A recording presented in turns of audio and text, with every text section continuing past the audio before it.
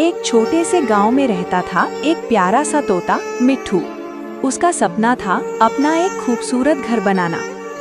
मिट्ठू सुबह से शाम तक तिनके जोड़ता, लकड़ियां लाता और अपने घर का नक्शा बनाता। पर बेचारा मिट्ठू जब भी घर बनाता तो हवा या बारिश उसका सपना बिगाड़ देती।